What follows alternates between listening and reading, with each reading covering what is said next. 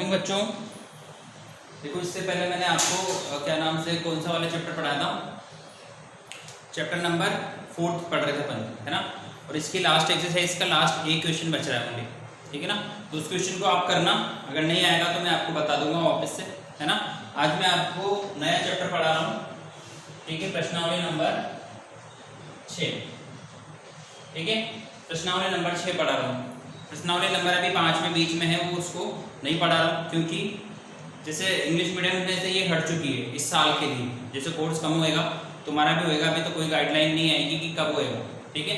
तो आने वाले टाइम पे जब गाइडलाइन आएगी तब अपन, अगर नहीं हटेगा तो कोई बात नहीं, पढ़ लेंगे। पर मुझे थोड़ा सा डाउट लग रहा है कि वो हट जाएगा, इस वजह से मैं अभी नहीं पढ़ा रहा हूँ।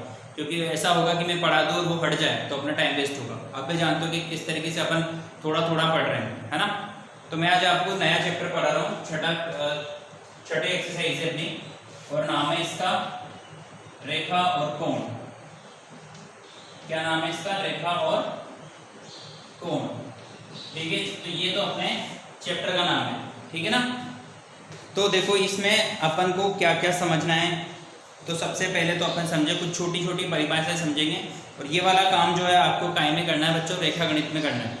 काय के अंदर करना है? रेखा गणित के अंदर करना है, ठीक है ना।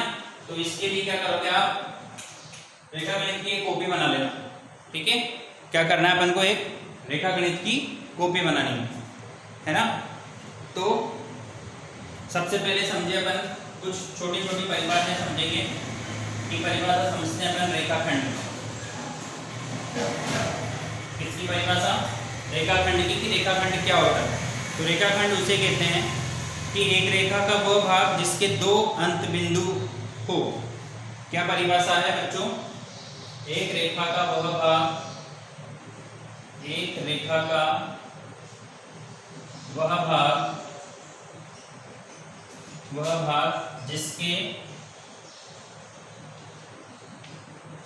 जिसके दो अंत बिंदु हो।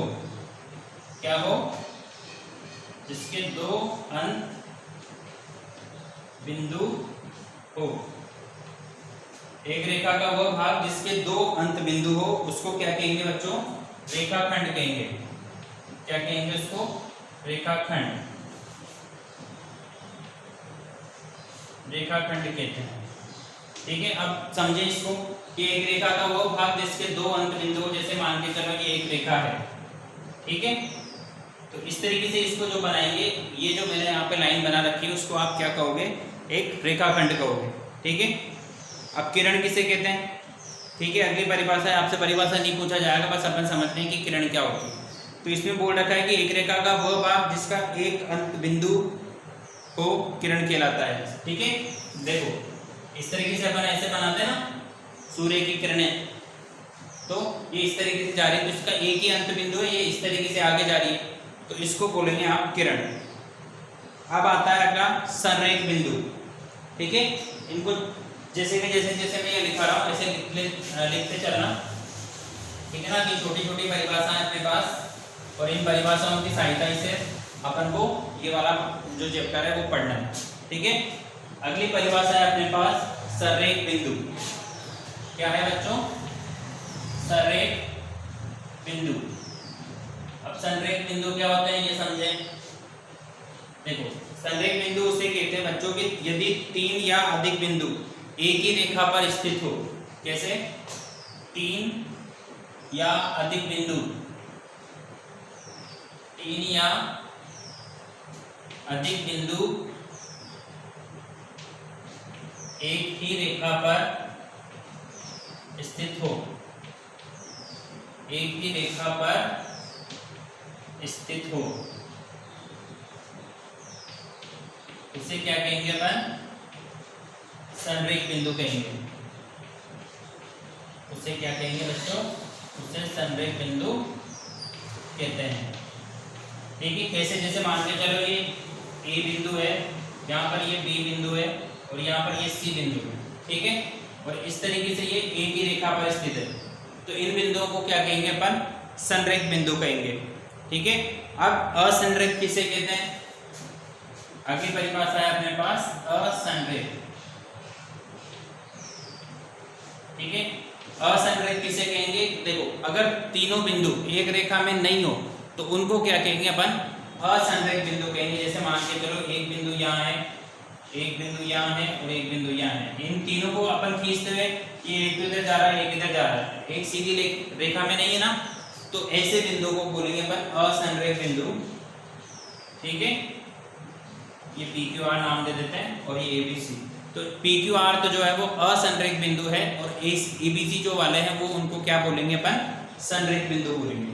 ठीक है, तो ये छोटी छोटी परिभाषाएं जो अपन को याद रखनी है और आपको इसको कॉपी में भी लिखना है।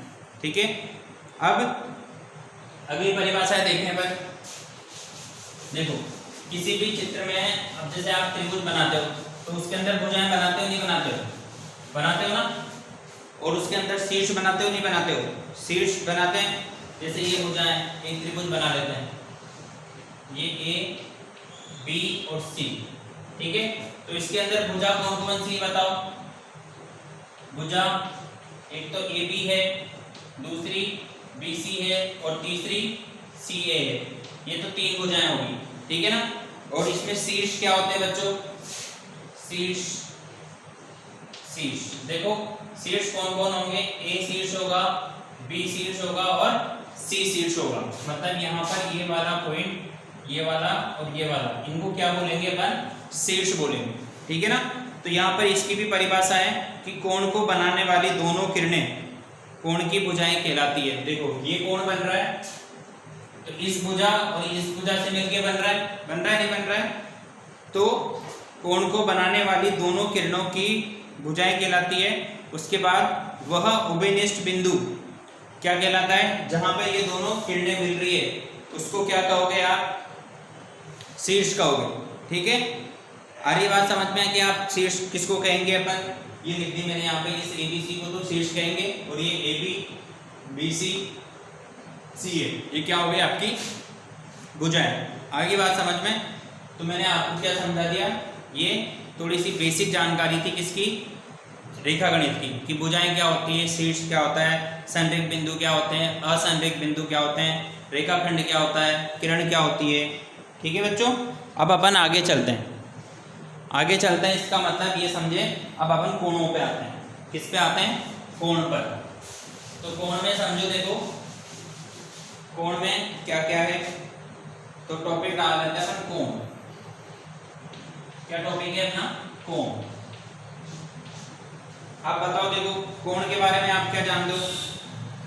क्या जानते हो आप? देखो जब दो किरणें एक ही अंत बिंदु से प्रारंभ होती है तो एक कोण बनता है।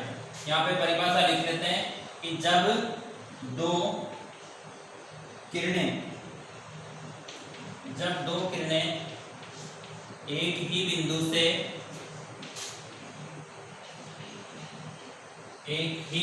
से प्रारंभ होती है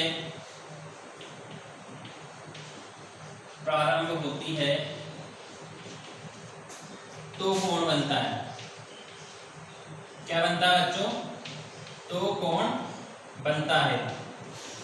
कैसे? जैसे मान के चलो ये एक बिंदु है, यहाँ से एक किरण इधर जा रही है, यहाँ से एक किरण इधर जा रही है, तो इन दोनों किरणों के बीच की जो ये जगह है उसको आप क्या बोलोगे बच्चों? कोण बोलोगे। क्या बोलोगे? कोण बोलोगे। तो कोण की परिभाषा आपको समझ में आ गई। अब देखो आप कि कोण कितने प्रकार के होते हैं बताओ। आपने छोटी क्लासों में समझा होगा, न्यून कोण क्या होता है, ठीक है, समकोण क्या होता है, अधिक कोण क्या होता है, ऋजु कोण क्या होता है, ठीक है, और प्रतिवर्ती कोण क्या होता है। तो इनको मैं आपको वापस से बता देता हूँ कि कोण जो है वो किस तरीके से होते हैं। ठीक है, ये आपको आगे बात समझ में। अब देखो आप आगे समझो कि न्यून कोण। सबसे पहले अपन देखते हैं कौन सा?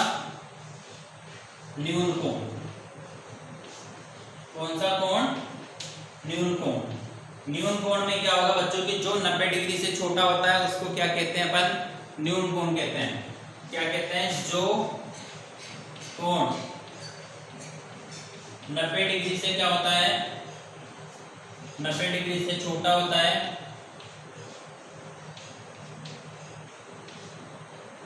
ठीक है, ये छोटा है और ये होता है, ठीक है, उससे न्यून कोण कहते हैं।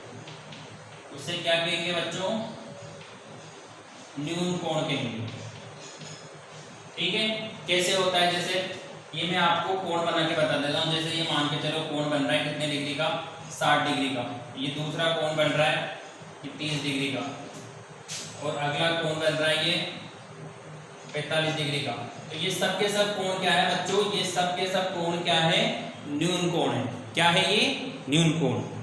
अब दूसरा समझते हैं अपन, समकोण।